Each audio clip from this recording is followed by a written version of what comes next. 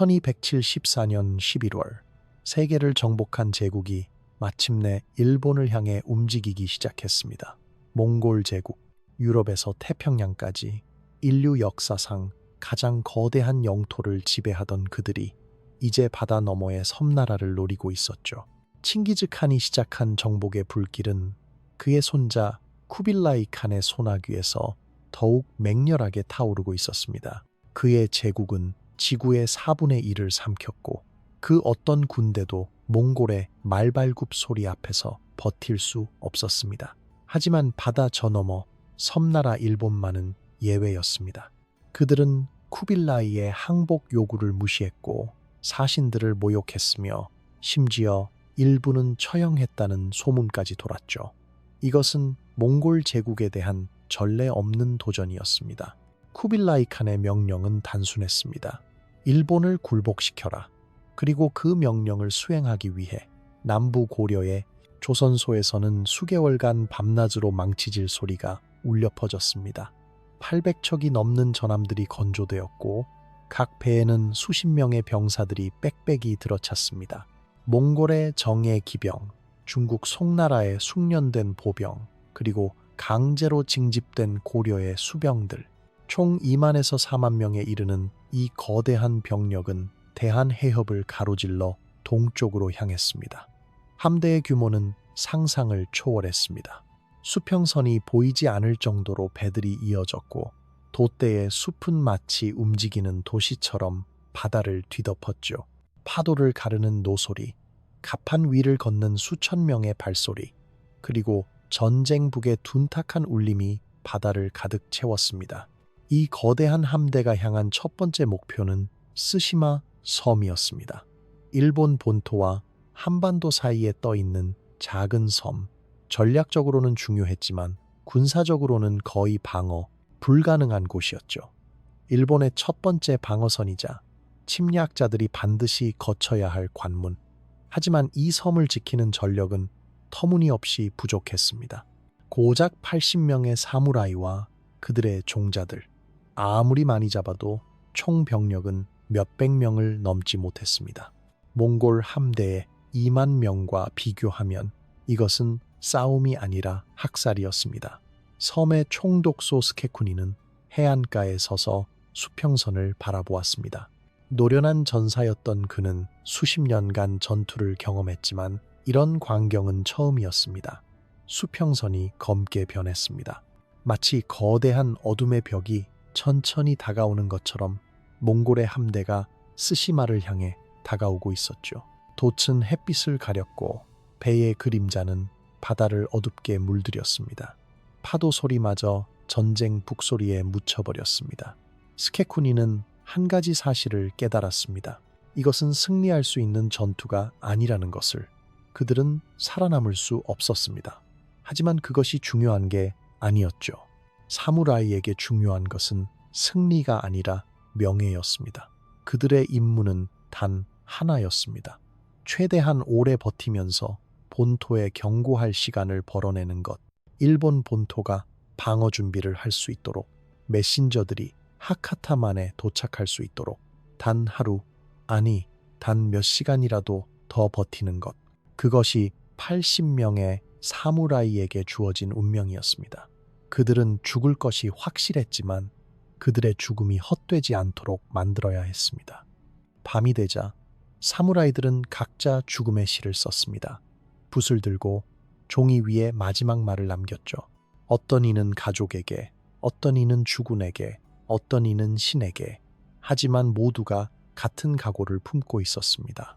내일 아침 그들은 역사상 가장 불공평한 전투에 뛰어들 것이고 그 누구도 살아서 돌아오지 못할 것이라는 것을. 하지만 신사에 불이 났다는 보고가 들어왔습니다. 전쟁의 신 하치만의 사당에서 이유 없이 불길이 치솟았다는 것이죠. 어떤 이들은 그것을 나쁜 징조로 받아들였지만 스케쿠니는 달리 해석했습니다. 신이 그들의 희생을 지켜보고 있다는 증거라고. 11월 4일 새벽 스시마의 해안선이 붉게 물들기 시작했습니다. 하지만 그것은 일출의 빛이 아니었습니다. 수평선을 가득 메운 몽골 함대의 검은 실루엣이었죠.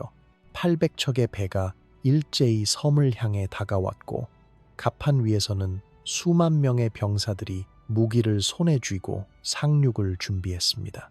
반대편 해안가에는 80명의 사무라이가 말 위에 앉아 조용히 기다리고 있었습니다.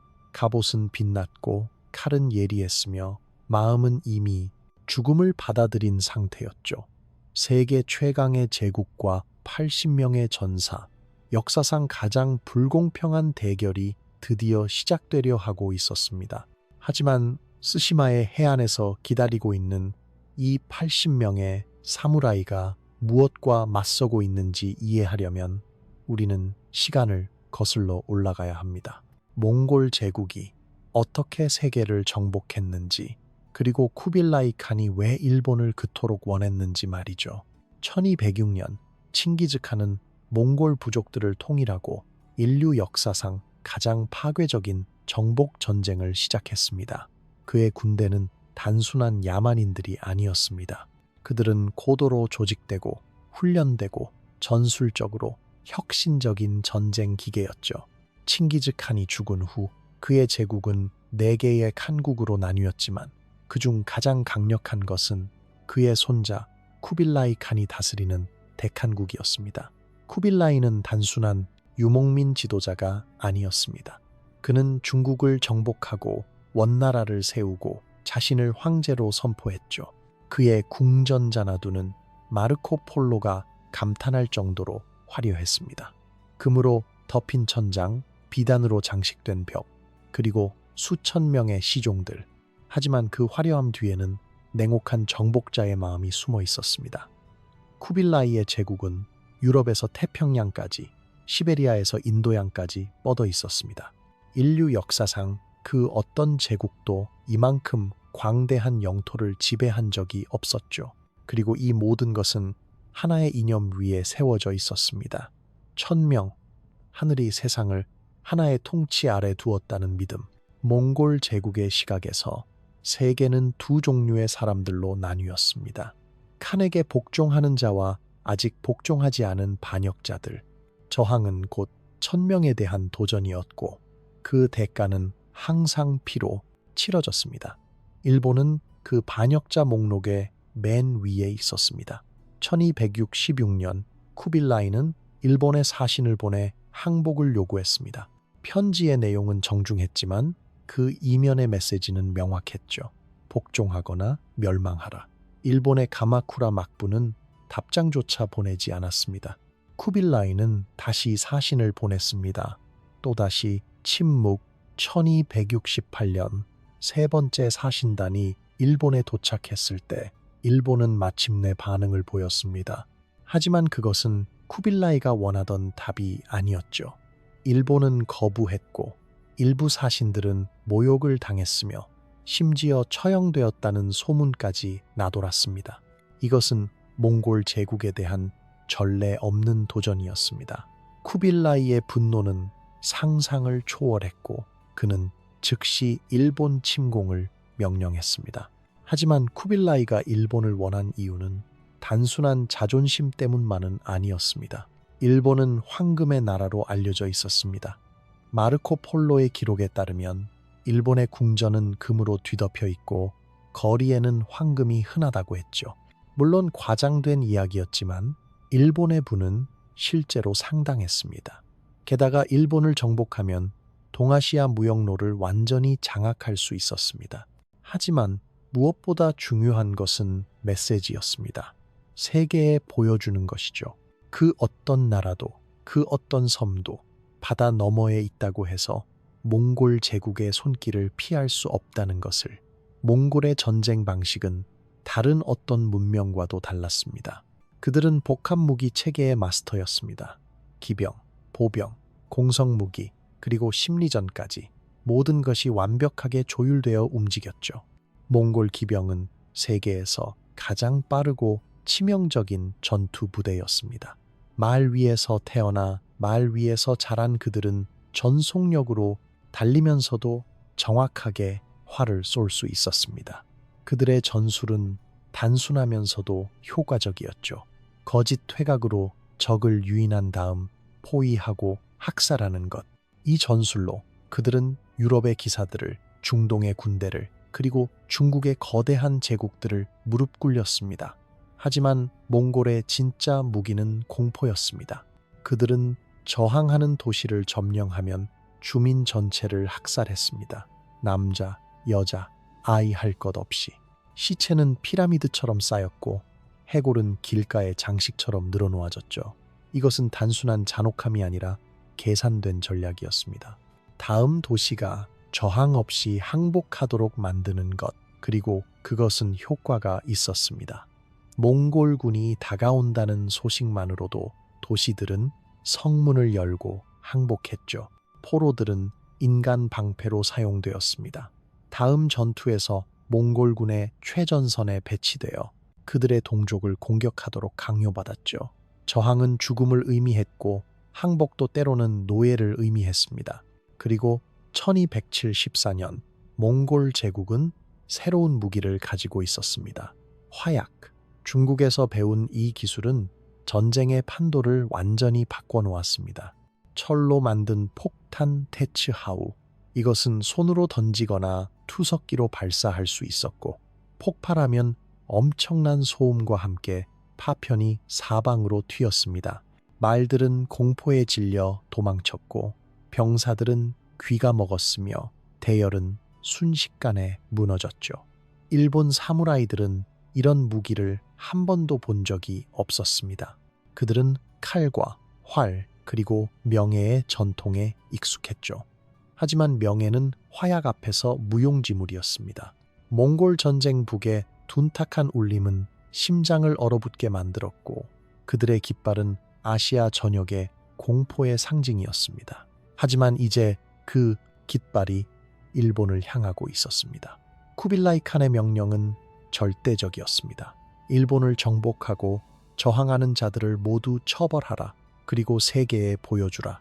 몽골 제국의 힘 앞에서는 그 어떤 바다도 그 어떤 섬도 안전하지 않다는 것을.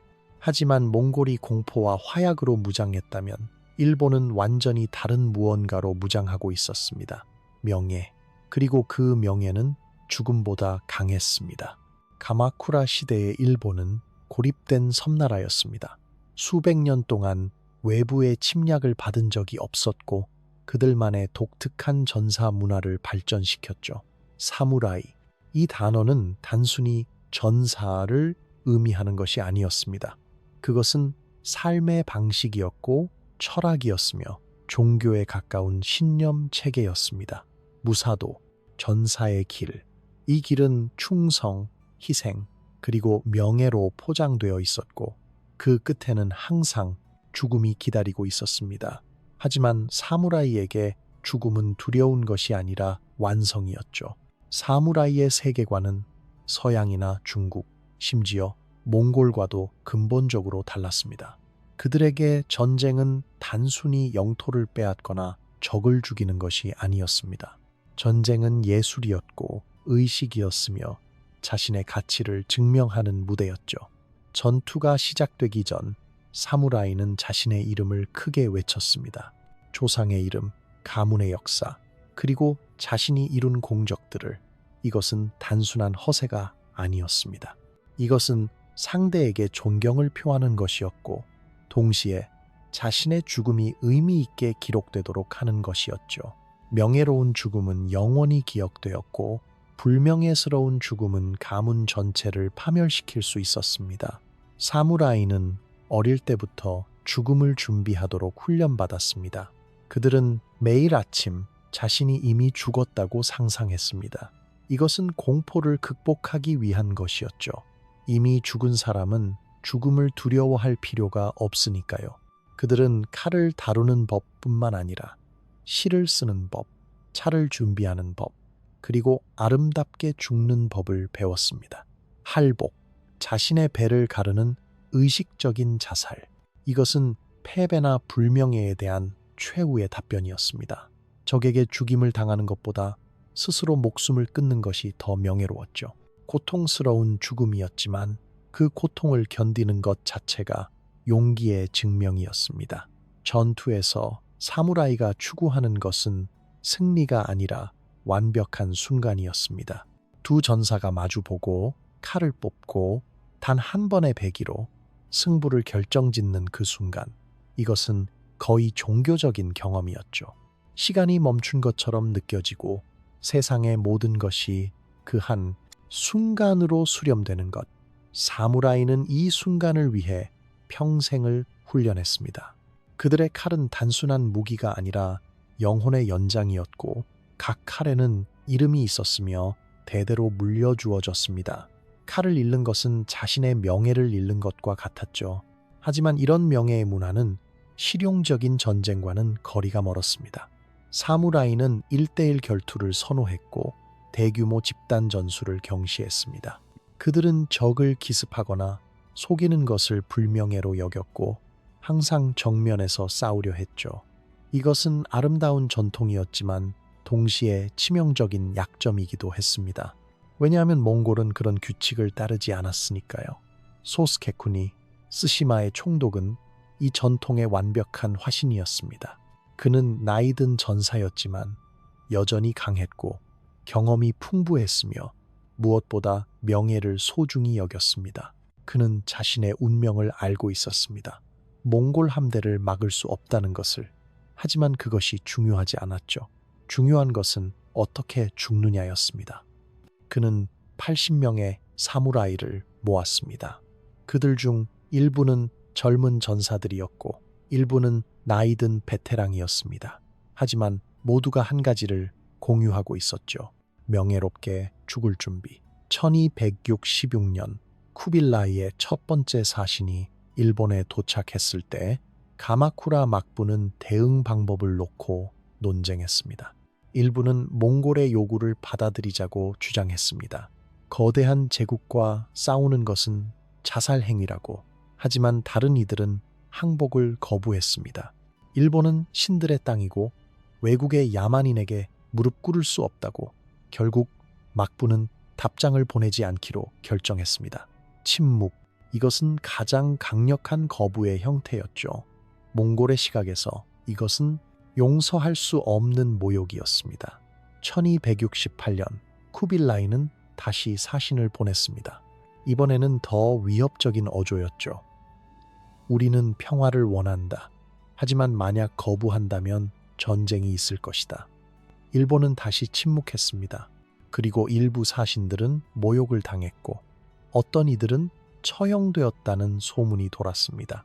역사가들은 이것이 사실인지 확신하지 못하지만 쿠빌라이의 궁정에서는 그렇게 믿었습니다. 그리고 그것으로 충분했죠.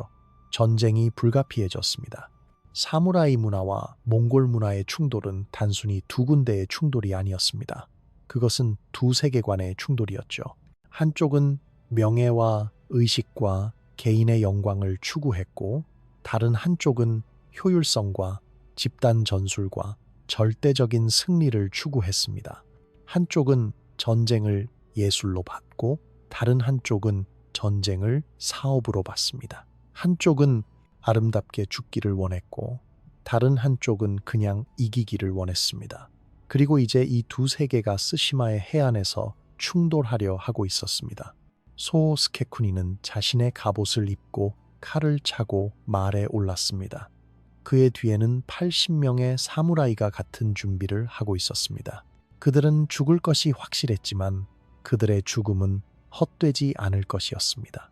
그들은 일본에 경고를 보낼 것이고 본토는 준비할 시간을 가질 것이었습니다. 하지만 무엇보다 그들은 세계에 보여줄 것이었습니다. 사무라이가 무엇인지, 명예가 무엇인지, 그리고 일본이 왜 결코 무릎 꿇지 않을 것인지. 전쟁이 결정되자 쿠빌라이 칸의 제국은 움직이기 시작했습니다.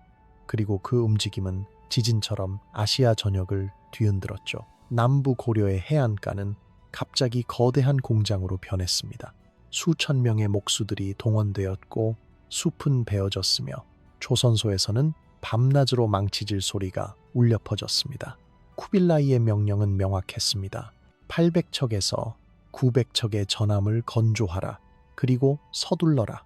나무가 제대로 마르지도 않은 채로 배가 만들어졌고 일부 배들은 완성되자마자 바다로 내려졌습니다. 품질보다는 속도가 우선이었죠. 쿠빌라이는 기다릴 수 없었습니다. 병력도 집결하기 시작했습니다. 몽골의 정예 기병대가 북쪽에서 내려왔고 중국 송나라의 보병들이 남쪽에서 모여들었습니다. 그리고 고려의 백성들은 강제로 징집되어 수병과 노자비로 배정되었죠. 총 병력은 2만에서 4만 명 사이로 추정되었습니다. 정확한 숫자는 아무도 몰랐지만 그것은 중요하지 않았습니다. 숫자는 충분히 압도적이었으니까요. 침공 계획은 단계적이었습니다. 첫 번째 목표는 쓰시마 섬, 작지만 전략적으로 중요한 섬이었죠. 일본 본토로 가는 길목을 막고 있었고 함대가 재보급할 수 있는 기지로 사용될 수 있었습니다. 두 번째 목표는 이키 섬, 쓰시마보다 조금 더 큰 섬으로 본토에 더 가까웠습니다. 그리고 마지막 목표는 하카타만, 규슈 섬의 주요 항구였고 일본 본토 침공의 발판이 될 곳이었죠. 계획은 완벽했습니다. 적어도 종이 위에서는 소 스케쿠니는 이 모든 준비 과정을 알고 있었습니다. 정보는 느렸지만 결국 쓰시마에 도달했죠. 몽골이 거대한 함대를 건조하고 있다는 것, 수만 명의 병력이 집결하고 있다는 것, 그리고 그 첫 번째 목표가 쓰시마라는 것. 그는 모든 가용한 전력을 집결시키기 시작했습니다. 하지만 쓰시마는 작은 섬이었고 사무라이의 수는 제한적이었습니다. 그가 모을 수 있었던 것은 고작 80명의 기마 사무라이와 그들의 종자들 뿐이었죠. 전투 전날 밤 사무라이들은 각자의 방식으로 죽음을 준비했습니다. 일부는 가족에게 마지막 편지를 썼습니다. 붓을 들고 종이 위에 작별 인사를 남겼죠. 나는 명예롭게 죽을 것이다. 나를 자랑스럽게 여겨라. 다른 이들은 죽음의 시를 지었습니다. 사무라이의 전통에서 죽음의 시는 전사의 마지막 유산이었습니다. 단 몇 줄의 시로 자신의 삶과 신념을 요약하는 것. 어떤 시는 자연을 노래했고 어떤 시는 충성을 노래했으며 어떤 시는 단순히 죽음의 평화를 노래했습니다. 그날 밤 하치만 신사에서 불이 났습니다. 하치만 전쟁의 신, 사무라이들이 가장 숭배하는 신이었죠. 신사의 지붕에서 갑자기 불길이 치솟았고 밤하늘을 붉게 물들였습니다. 아무도 원인을 알 수 없었습니다. 번개도 없었고 사람의 실수도 아니었습니다.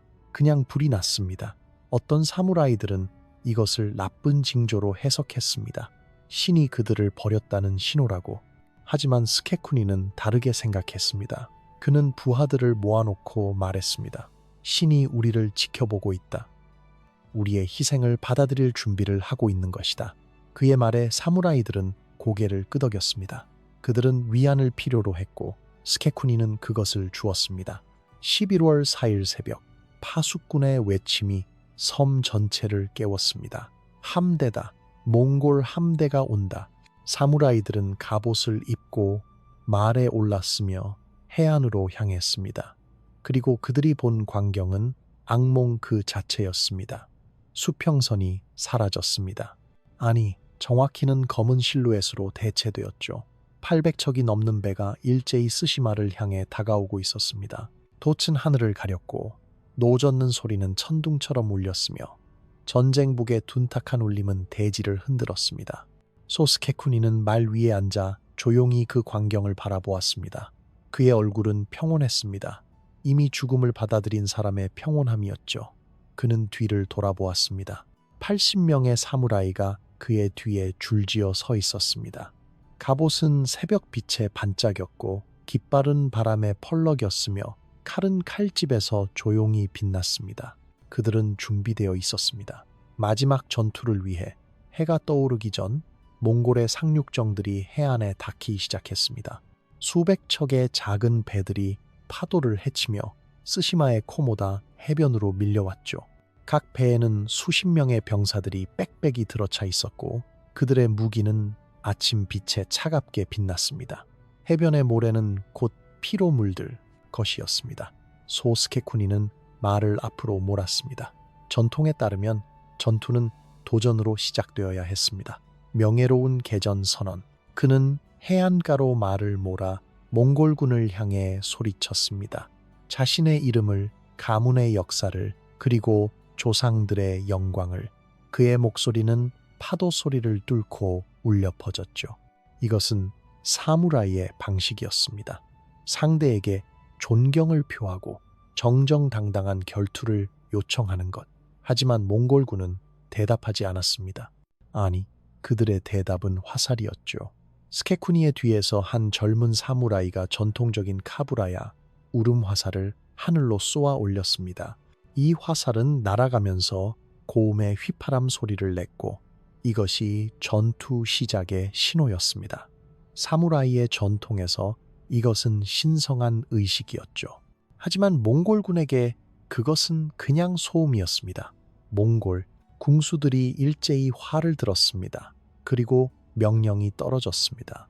수백 개의 화살이 동시에 하늘로 날아올랐고 마치 검은 구름처럼 하늘을 뒤덮었습니다. 그리고 그 구름은 내려왔습니다. 카부라야를 쏜 젊은 사무라이에게로. 화살들이 그의 갑옷을 관통했고 말이 비명을 지르며 쓰러졌으며 사무라이는 피를 토하며 모래 위에 쓰러졌습니다. 그는 자신의 이름을 외칠 시간조차 없었습니다. 전투가 시작된 지 10초도 안 되어 첫 번째 사무라이가 죽었습니다. 그 순간 모든 것이 명확해졌습니다. 이것은 명예로운 결투가 아니었습니다. 이것은 학살이었죠. 몽골군은 사무라이의 규칙을 따르지 않았습니다. 그들은 1대1 결투에 관심이 없었고 상대의 이름을 들을 필요도 없었으며 그저 효율적으로 적을 죽이는 것만 원했습니다. 소스케쿠니는 이를 악물었습니다. 그리고 외쳤습니다. 돌격. 80명의 사무라이가 일제히 말을 몰았습니다.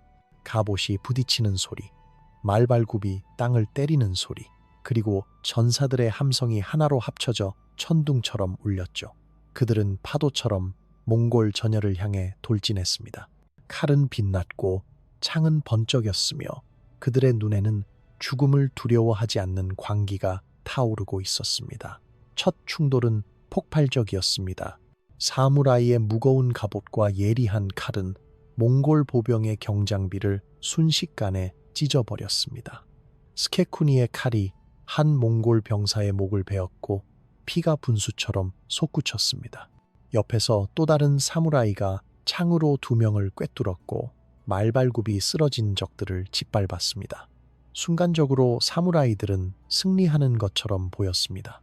그들의 훈련, 무기, 그리고 용맹함이 몽골 전열의 틈을 만들었죠.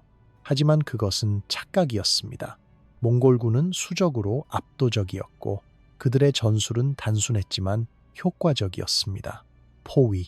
사무라이들이 전열 깊숙이 돌진하는 동안 몽골군은 양쪽에서 천천히 포위망을 좁혀왔습니다. 마치 뱀이 먹이를 조이듯이. 그리고 포위망이 완성되자 진짜 학살이 시작되었습니다. 하늘이 다시 어두워졌습니다. 수천 개의 화살이 일제 사격으로 날아왔고 이번에는 피할 곳이 없었습니다. 화살들이 사무라이의 갑옷을 관통했고 말들이 비명을 지르며 쓰러졌으며 전사들이 하나둘씩 땅에 쓰러지기 시작했습니다. 갑옷은 강했지만 무한정 화살을 막을 수는 없었죠. 그리고 폭발이 시작되었습니다. 테츠하우, 철로 만든 화약 폭탄. 몽골군이 이것들을 사무라이들 사이로 던졌고 폭발음이 해변을 뒤흔들었습니다. 엄청난 소음과 함께 파편이 사방으로 튀었고 말들은 공포에 질려 제어불능 상태가 되었습니다. 사무라이들은 이런 무기를 한 번도 본 적이 없었습니다. 그들의 귀는 폭발음으로 먹먹해졌고 눈은 연기로 앞을 볼 수 없었으며 대열은 순식간에 무너졌습니다. 몽골의 전쟁 북이 둔탁하게 울렸습니다. 꽹과리가 귀를 찢을 듯이 울부짖었고 함성이 해변을 가득 채웠습니다. 이 모든 소음은 계산된 것이었습니다. 심리전, 적의 사기를 꺾고 혼란을 만들고 공포를 심어주는 것, 그리고 그것은 효과가 있었습니다.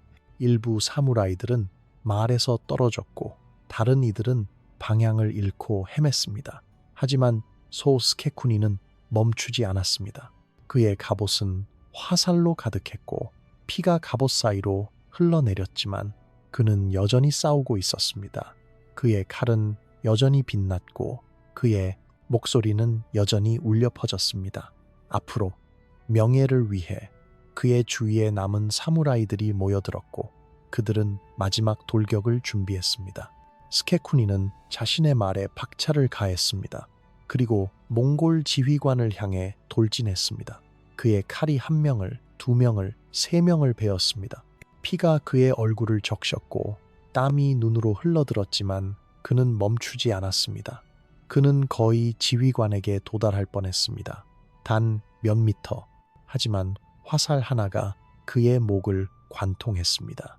그리고 또 하나가 그의 가슴을 꿰뚫었습니다. 스케쿠니는 말에서 떨어졌고 모래 위에 무릎을 꿇었습니다. 그는 천천히 고개를 들었습니다.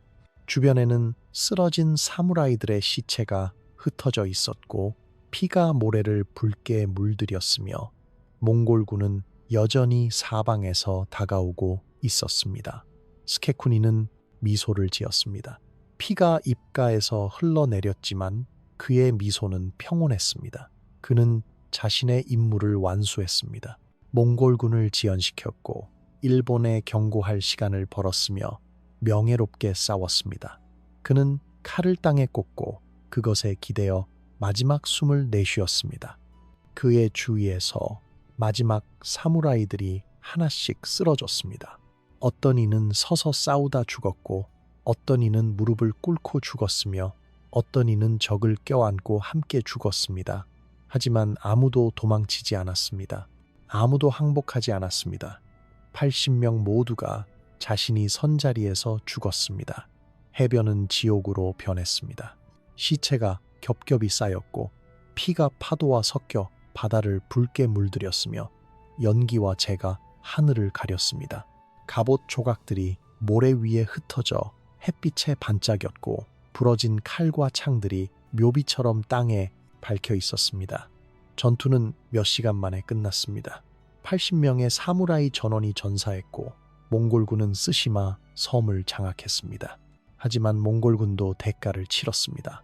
수백 명이 죽었고 더 많은 이들이 부상을 입었습니다. 그들은 이렇게 미친 듯이 싸우는 적을 본 적이 없었습니다. 죽음을 두려워하지 않고 마지막 1명까지 싸우는 전사들을 몽골 지휘관들은 서로를 바라보며 한 가지 사실을 깨달았습니다.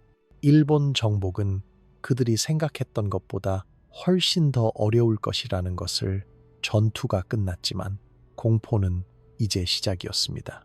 몽골군은 쓰시마 섬을 불바다로 만들었습니다. 마을마다 불길이 치솟았고 사원은 약탈당했으며 집들은 재로 변했습니다. 이것은 단순한 정복이 아니라 본복이었죠. 저항의 덱, 몽골군이 지나간 자리마다 연기와 죽음의 냄새가 따라다녔습니다. 민간인들은 도망칠 곳이 없었습니다. 섬은 작았고 몽골군은 사방에 있었으며 바다는 너무 멀었습니다. 남자들은 살해당했고 여자들은 납치되었으며 아이들조차 자비를 받지 못했습니다. 몽골 제국의 규칙은 명확했습니다. 저항하면 전멸. 쓰시마는 그 규칙의 완벽한 예시가 되었죠. 하지만 모든 것이 사라진 것은 아니었습니다. 전투가 벌어지는 동안 섬의 반대편에서 몇 척의 작은 배들이 은밀히 바다로 나갔습니다. 배 안에는 살아남은 주민들과 메신저들이 타고 있었죠. 그들은 하나의 임무를 가지고 있었습니다. 일본 본토에 경고를 전하는 것. 몽골이 왔다. 침공이 시작되었다. 준비하라. 이 배들은 밤새 파도와 싸우며 동쪽으로 향했습니다. 뒤를 돌아보면 쓰시마가 불타는 것이 보였고 연기가 하늘을 검게 물들이고 있었습니다. 그들은 노를 저었습니다. 필사적으로 80명의 사무라이가 목숨을 바쳐 번 시간을 허비할 수 없었습니다. 소 스케쿠니와 그의 전사들의 희생이 헛되지 않도록 그들은 계속 노를 저었습니다. 메신저들은 결국 규슈에 도착했습니다. 그들은 해안에 상륙하자마자 달렸습니다. 가장 가까운 성으로 관리에게로 그리고 막부의 대표에게로. 그들의 옷은 젖어 있었고 얼굴은 공포로 일그러져 있었으며 목소리는 떨리고 있었습니다. 하지만 메시지는 명확했습니다. 몽골이 스시마를 함락시켰다. 수만 명의 군대가 온다. 이키, 섬이 다음이다. 그리고 그 다음은 우리다. 소식은 빠르게 퍼졌습니다. 규슈의 영주들이 병력을 소집하기 시작했고 막부는 긴급 회의를 소집했으며 사무라이들은 무기를 점검했습니다.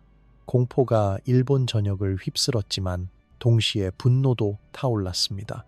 스시마의 함락 소식과 함께 소스케쿠니의 이야기도 퍼졌습니다.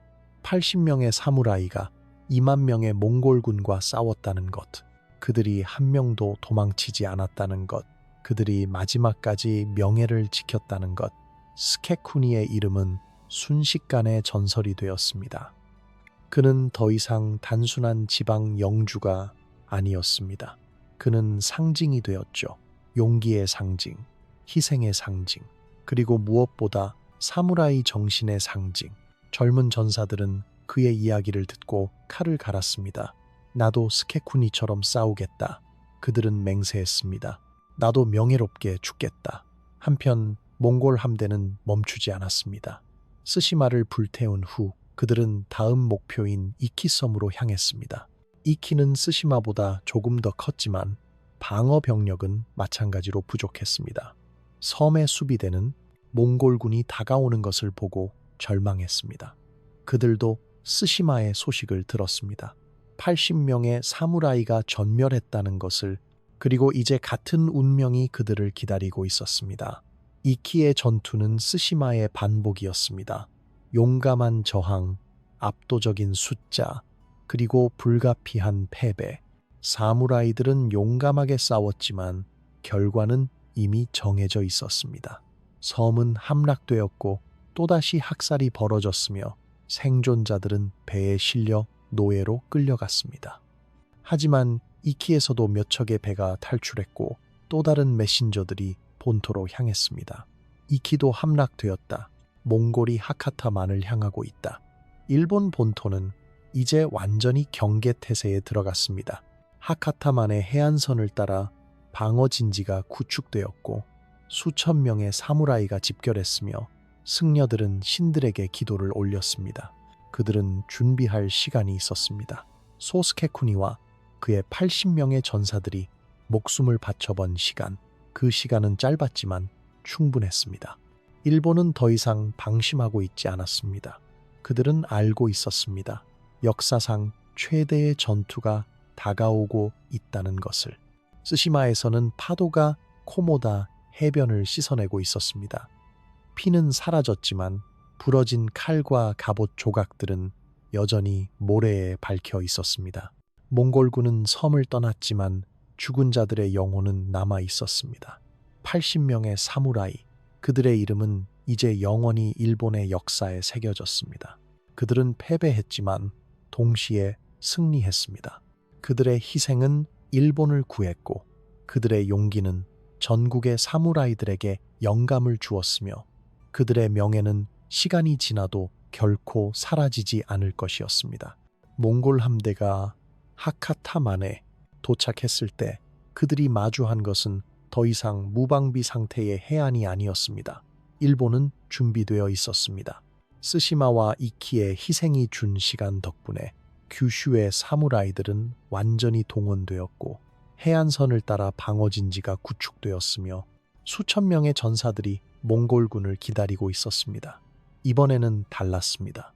이번에는 80명이 아니라 수천 명이었고 이번에는 놀라움이 아니라 준비였으며 이번에는 고립된 섬이 아니라 본토였습니다.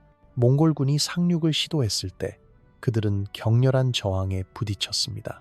사무라이들은 해안선을 지키며 싸웠고 화살은 빗발치듯 쏟아졌으며 전투는 몇 시간 동안 계속되었습니다.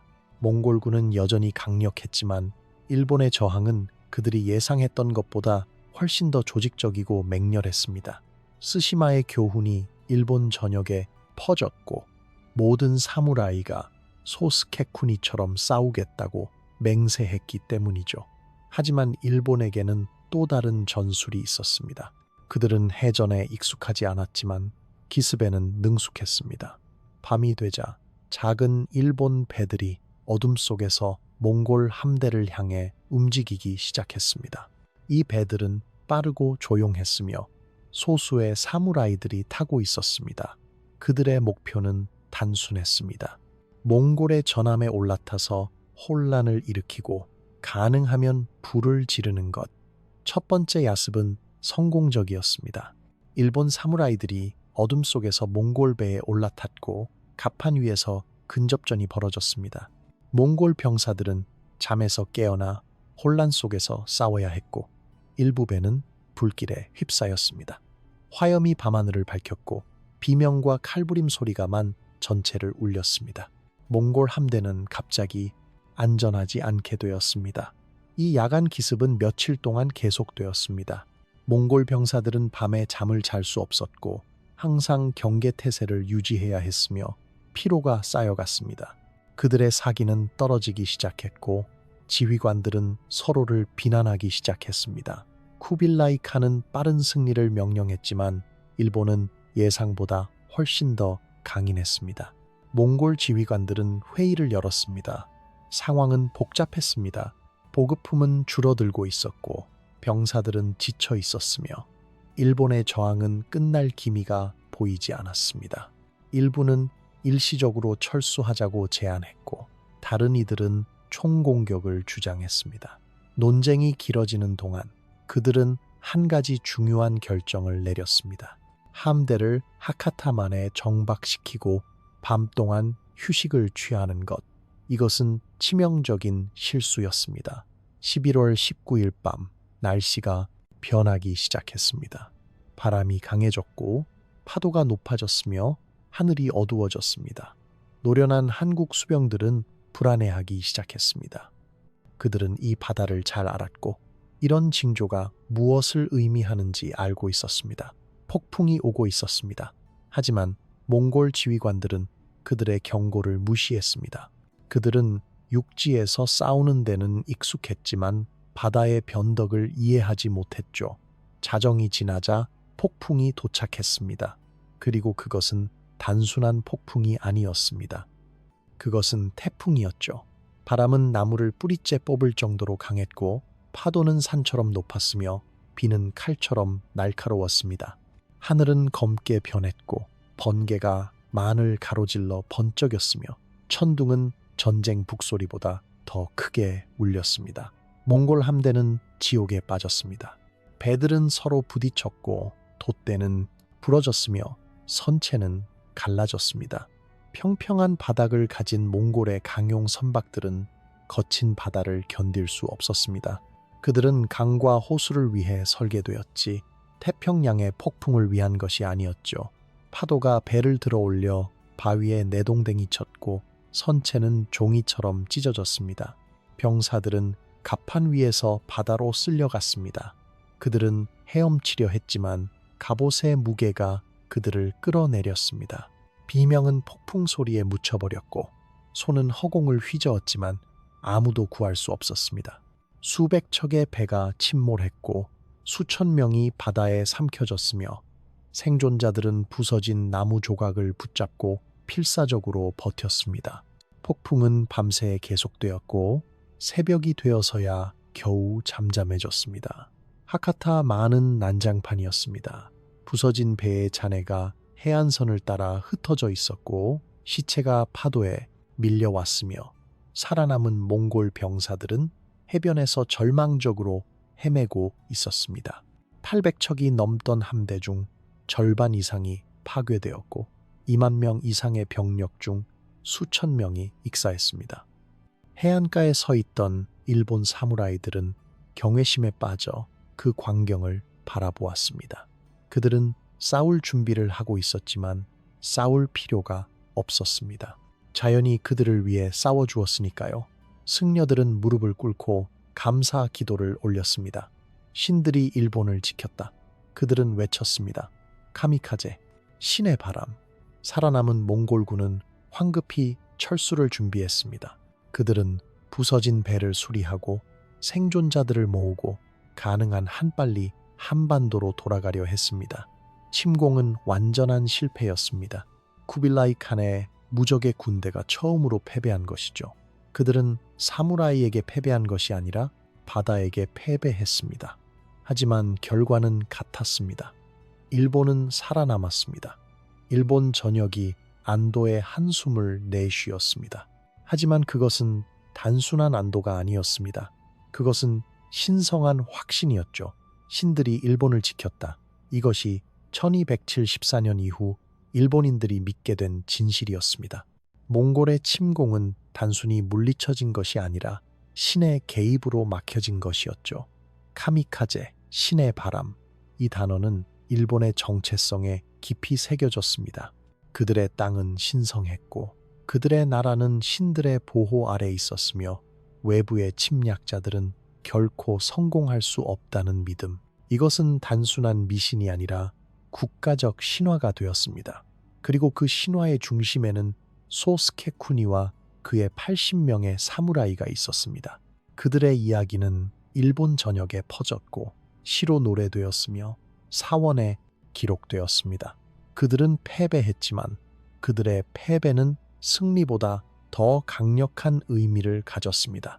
그들은 무사도의 완벽한 화신이었죠.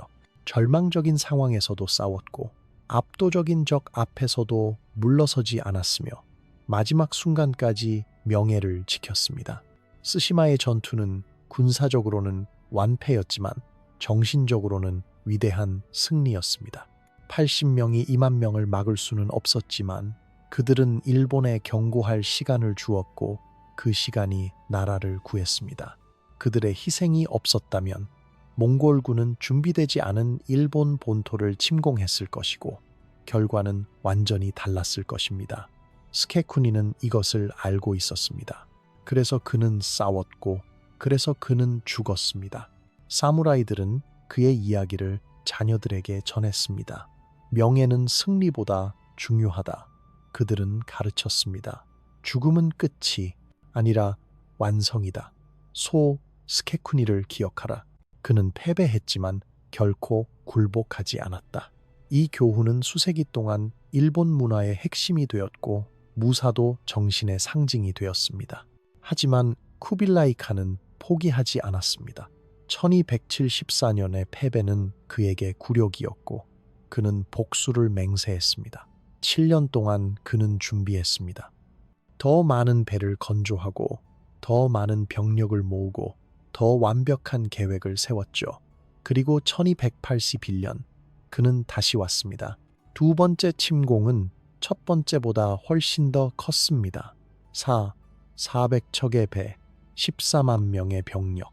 이것은 중세 역사상 가장 큰 해상 침공이었습니다. 쿠빌라이는 이번에는 실패하지 않겠다고 결심했습니다. 그는 일본을 완전히 정복하고 저항하는 모든 자들을 처벌하고 세계의 몽골 제국의 힘을 보여줄 것이었습니다. 일본은 다시 준비되어 있었습니다. 7년 동안 그들은 방어 시설을 강화했고 해안선을 따라 돌담을 쌓았으며 사무라이들을 훈련시켰습니다. 그들은 1274년에 교훈을 배웠고 이번에는 더 잘 싸울 준비가 되어 있었습니다. 그리고 무엇보다 그들은 신들이 자신들의 편이라고 믿었습니다. 전투는 몇 주 동안 계속되었습니다. 몽골군은 상륙을 시도했지만 일본의 방어선을 돌파하지 못했습니다. 사무라이들은 해안에서, 돌담 뒤에서, 그리고 밤의 어둠 속에서 싸웠습니다. 그들은 쓰시마의 영웅들을 기억했고 그들처럼 싸웠습니다. 매 전투마다 소스케쿠니의 이름이 외쳐졌고 그의 정신이 그들을 고무했습니다. 그리고 8월 15일 밤 역사가 다시 반복되었습니다. 또 다른 태풍이 왔습니다. 이번에는 더 강력했고 더 파괴적이었으며 더 치명적이었습니다. 400척의 배 중 대부분이 파괴되었고 14만 명의 병력 중 절반 이상이 죽었습니다. 바다는 다시 한번 시체와 잔해로 가득 찼고 하카타 많은 지옥의 광경을 보여주었습니다. 일본인들은 더 이상 의심하지 않았습니다. 이것은 우연이 아니었습니다. 신들이 2번이나 일본을 구했습니다. 카미카제가 2번이나 침략자들을 바닷속으로 쓸어버렸습니다. 일본은 정말로 신성한 땅이었고 그들은 선택받은 민족이었으며 그 어떤 외부의 힘도 그들을 정복할 수 없었습니다. 쿠빌라이 칸은 분노했지만 세 번째 침공을 시도하지 않았습니다. 비용이 너무 컸고 결과는 너무 참담했으며 그의 제국은 다른 곳에서 문제가 생기고 있었습니다. 일본은 살아남았습니다. 그들은 세계에서 유일하게 몽골의 정복을 막아낸 나라가 되었습니다. 그리고 그 모든 것의 시작에는 80명의 사무라이가 있었습니다. 그들은 전투에서 패배했지만 전쟁에서는 승리했습니다. 그들은 몽골군을 칼로 파괴하지 못했지만 정신으로 파괴했습니다. 스시마에서의 그들의 저항은 일본에 경고를 주었고 그 경고가 나라를 구했습니다. 그들의 용기는 수천 명의 사무라이들에게 영감을 주었고 그 영감이 일본을 지켰습니다. 그들의 희생은 신화가 되었고 그 신화가 민족의 정체성을 형성했습니다. 소스케쿠니의 이름은 영원히 일본 역사에 새겨졌습니다. 그는 불가능한 상황에서 싸운 남자로, 죽음을 두려워하지 않은 전사로, 그리고 무엇보다 명예를 지킨 사무라이로 기억됩니다. 스시마는 패배의 땅이 아니라 영웅의 땅이 되었고 코모다 해변은 성지가 되었습니다. 역설적이게도 군사적 패배가 도덕적 승리가 되었습니다. 80명이 2만 명을 물리치지는 못했지만 그들은 훨씬 더 중요한 것을 성취했습니다. 그들은 일본의 영혼을 지켰고 사무라이 정신을 증명했으며 후세대에게 영원한 교훈을 남겼습니다. 때로는 승리하는 것보다 명예롭게 싸우는 것이 더 중요하다는 것을. 오늘날 스시마의 코모다 해변은 조용합니다. 파도가 모래를 씻어내고 바람이 풀을 흔들며 관광객들이 평화롭게 걷고 있습니다. 하지만 750년 전 이곳은 지옥이었습니다. 80명의 사무라이가 2만 명의 몽골군과 맞서 싸웠고 한 명도 살아남지 못했습니다. 그들은 몽골을 칼로 파괴하지 못했습니다. 하지만 정신으로 파괴했습니다. 그들의 희생은 일본에 경고를 주었고 그 경고가 나라를 구했습니다. 그들의 용기는 신화가 되었고 그 신화가 일본의 정체성을 형성했습니다. 소스케쿠니와 그의 전사들은 패배했지만 동시에 영원히 승리했습니다. 역사의 가장 위대한 최후의 저항, 그것이 스시마의 유산입니다. 이 이야기가 마음에 드셨다면 좋아요와 구독 부탁드립니다. 채널 멤버십에 가입하시면 새로운 영상을 미리 볼 수 있습니다. 댓글로 여러분의 생각을 공유해 주세요.